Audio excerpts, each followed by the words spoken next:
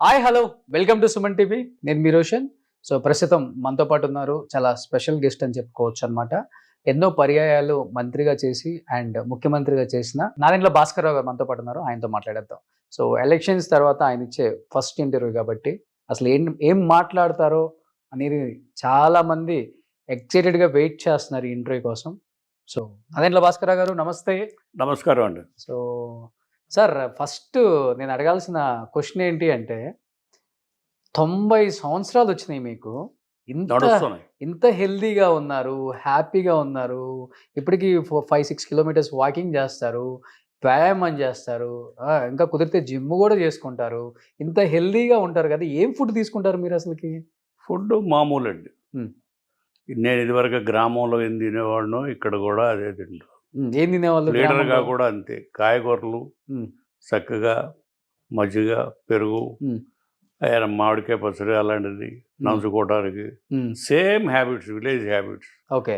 అయితే నాకు ఈ సిగరెట్లు కానీ ఆ, ఇతరత్ర అలవాట్లు కానీ నాకు లేవు. ఓకే. నేను గృహస్థుడిగా ఉన్నప్పుడు కూడా ఏకపత్ని వృత్తుడు. నేను ఉమ్, ఎప్పుడూ కూడా పరాయి ఆడవాళ్ళ మీద వ్యామోహం కానీ అలాంటి పనులు ఎప్పుడూ నేను చేయలేదు. ఉమ్, అంత డిసిప్లిన్డ్ లైఫ్ మొట్టమొదటి నుంచి కూడా. ఉమ్, కనుక ఆ గ్రామ వాతావరణం నుంచి వచ్చిన పెద్దవాళ్ళు నేర్పిన ఆ అలవాట్లే కంటిన్యూ చేశాం. ఉమ్, ఇక్కడ నేను 53లో వచ్చాను ఒకసారి, అంటే ఆంధ్రప్రదేశ్ కాకముందు. 55 నుంచి 57 దాకా ఇక్కడ BA చదివాను నేను హైదరాబాద్లో. హైదరాబాద్. ఉమ్, చదివి అప్పటికి 50 మనకి ఇది వచ్చింది, ఏది ఆంధ్ర తెలంగాణ కలిసిపోయింది. తర్వాత నేను హైకోర్టులో ప్లీడర్ చేశాను. నేను ఇక్కడ ఉస్మానియాలోనే చదువుకున్నాను. ఉస్మానియాలోనే నా ప్లీడర్గా కూడా ట్రైనింగు. ఉమ్, తర్వాత శుభ్రంగా హైకోర్టులో ప్రాక్టీస్. ఓకే. మా మామగారు కూడా బ్యారిస్టర్, డాక్టర్ వాసిరెడ్డి వెంకయ్య చౌదరి. అయితే ఆయన దగ్గర నేను ప్రాక్టీస్ చేయలే. నేను నేర్చుకుంది నరసరాజు గారు అని అడ్వకేట్ జనరల్ ఉండేవాడు, ఆయన దగ్గర పెట్టాను. నన్ను ఆయన దగ్గర నేర్చుకున్నాక నా అంతా నేనే ప్రొఫెషన్ స్టార్ట్ చేశాను. ఉమ్, స్టార్ట్ చేసినా నాకు ఈ ప్రొఫెషన్ మీద పెద్ద ఏంటో చిన్నప్పుడు పెద్ద ఇంట్రెస్ట్ లేదు. దాంతో ఉద్యోగం కోసం వెంపర్లాడుతూ నా మిత్రులతో కొంత సహకారం తీసుకుని ఢిల్లీలో అక్కడ ప్రయత్నం చేసి, ఆ ఢిల్లీ వెళ్ళినప్పుడు చాలామంది పెద్దవాళ్ళతో పరిచయం అయింది, పెద్దవాళ్ళందరితో. అది కొంత యూత్ కాంగ్రెస్ అని ఒకటి కొంత, ఉమ్, ఇవన్నీ యాడ్ చేసి అప్పుడు నేను వెళ్ళినప్పుడు 64లో నెహ్రూ గారు చనిపోయాడు. సరిపోతే నా మిత్రుడు ఒకడు కృష్ణమేనకి బాగా ఫ్రెండ్. కృష్ణమేన బ్రతికే ఉన్నాడు అప్పుడు. కృష్ణమేన ఆయన చనిపోయాడు, నెహ్రూ ఇప్పుడే తెల్లారే అని చెప్తే మేమంతా వెళ్ళాం అక్కడ. అట్లా అక్కడ కృపలాని గారు మేము కొద్ది మందే ఉన్నారు అప్పుడు. ఆ రోజుల్లో పెద్ద జనం వచ్చేవాళ్ళు కాదు, ఎందుకంటే ఇవన్నీ లేవు అప్పుడు, జనానికి తొందరగా తెలియదు. ఓకే. మేము అక్కడ 10 దాకా ఉన్నాం, ఎవరు పెద్ద రాలా. ఎప్పుడో ఇక అప్పుడు రేడియోలో చెప్పేవాళ్ళు, చెప్తే చేసేవాడు సాయంత్రం ఎప్పుడు వచ్చి. అంటే ఇప్పుడు రాజకీయాల్లోకి రాకముందు ఓకే సార్, అంటే మీరు హెల్దీగా ఉన్నారు, మంచి రాజకీయాలు ఫుడ్ తీసుకుంటున్నారు. చెప్తా బట్ రాజకీయాల్లోకి వచ్చిన తర్వాత ఆ టెన్షన్సే వేరు కదా. అప్పుడు కూడా టెన్షన్స్ ఉన్నా ఏం చేసా, నా ఫుడ్ హ్యాబిట్స్ మారాయి కాదు. ఉమ్, ఈ మామూలుగా బాడీ హ్యాబిట్స్ కూడా నేను ఎప్పుడు మార్చుకోవాలి. మెంటల్ టెన్షన్ ఉంటుంది. ఉంటుంది, బాగా ఉండింది, ఉమ్, అందులో డౌటే లేదు. ఉమ్, ఎన్ని అవస్థలు పెట్టారు, స్ట్రెస్.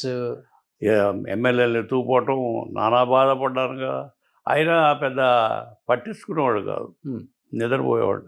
ఉమ్, అందులో కొట్టుకుపోయేది, ఓకే. నిద్రపోయేవాడు. షుగర్ బీపీ రెండు ఉండవు మీకు? షుగర్ అంటే అప్పుడు లేదు, కానీ ఇప్పుడు ఏజ్ కదా వస్తే ఓకే. షుగర్ వచ్చింది కొంచెం. ఓకే. ఇప్పుడు మీకు 90 సంవత్సరాలు కదా నాదెండ్ల భాస్కర్రావు గారు. ఆ, వాకింగ్ ఎన్ని కిలోమీటర్స్ చేస్తారు డైలీ? ఆ, 4 కిలోమీటర్లు డైలీ. ఓకే, నాన్ స్టాప్ గా? Non stop.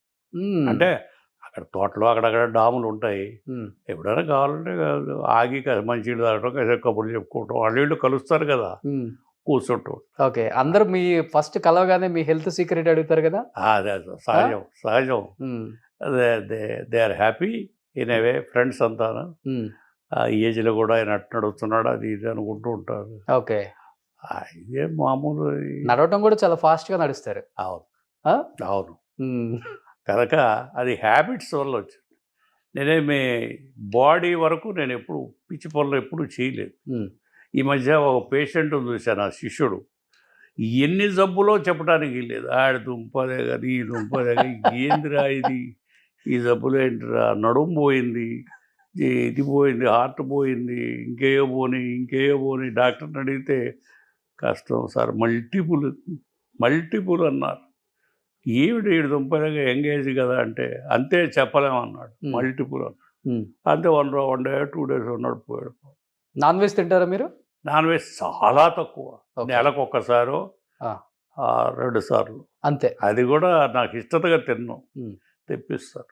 ఎక్కువ ఆకుకూరలు తింటారు. అన్ని కూరగాయలే, మ్మ్. కూరగాయలే నాకు పెడతారు, అదే ఇష్టం నాకు.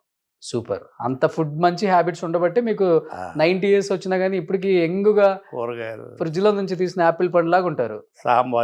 సాంబారు, ఇవి మామూలు పెరుగు, ఆ, మంచి మామిడికాయ పచ్చడి, ఆ, ఆ పప్పు, ఓకే. అయ్యా ఆ ఊళ్ళల్లో తిన్నాయే నాకు అలవాటు. అయ్యంటే చాలా ఇష్టం. గోంగూర పచ్చడి, ఓకే. మామిడికాయ పచ్చడి, అలాంటి. సో మీ జీన్స్ ఎవరికి వచ్చింది? మీ పిల్లలకి మనోహర్ గారికా, అంటే పెద్ద అబ్బాయికా? వాళ్ళ పిల్లలు ఇక్కడ సిటీలో పుట్టారు, ఇక్కడే పుట్టారు, హైదరాబాద్. వాళ్ళ జీవితం, వాళ్ళ పుట్టినప్పుడు ఎంతో ఖర్చో తెలుసా? 100 రూపాయలు. ఇప్పుడు పుట్టితే పుట్టుక ఎంత తెలుసా? 1,00,000 మినిమం, డెలివరీకి 1,00,000. అప్పుడు 100 రూపాయలు చేసి జనానా హాస్పిటల్, ఈ హాస్పిటల్స్ ఏమి లేవు అప్పుడు. ఓకే. జనానా హాస్పిటల్ అని హైకోర్టు పక్కన ఉండేది. 100 రూపాయలు అన్నీ, మేము వెళ్ళటానికి రావటానికి అన్ని ఖర్చులతోనూ అట్లా. ఓకే. అంత చీప్ లైఫ్, హాయిగా ఉండేది హైదరాబాద్. So- అంటే బస్కా కిరాయి దేవు సాబ్, రిక్షా వాడు పాపం బస్సులో వెళ్దా, అది కూడా హాలీ కల్దార్ అని ఉండేది. హాలీ అంటే ముస్లిం రూపాయలు, కల్దార్ అంటే మన ఇంగ్లీష్ రూపాయలు. కల్దార్ ఏమని అడిగేవాడు పాపం. అలా ఆ రోజులు వేరు. ఒక్క కారు లేదు ఇప్పుడు, నైజాం కార్లు తప్ప నేను ఎప్పుడు చూడలేదు. నైజాం కార్లు తప్ప హైదరాబాద్లో ఇంకేమీ లేవు. మీరు కొన్న ఫస్ట్ కార్ ఏంటి? నేను లీడర్గా ఒకరోజు 35 రిట్ పిటిషన్స్ వేశాను. ఆ రిట్ పిటిషన్స్ వచ్చిన డబ్బుతో సుందరం మోటార్స్ పంపి కార్ తెప్పించాను. First car? ఫస్ట్ కార్ అది. రాజకీయాల్లోకి వచ్చిన తర్వాత రాజకీయాలు వచ్చిన కార్లే చెత్త అంతా గవర్నమెంట్ మారిని, నా మారి, నేను మారిని. బట్ లీడర్గా ఫస్ట్ అది 35 రిట్ పిటిషన్ వేశాను. ఓకే. పిచ్చి డబ్బు కార్ తెప్పించాను.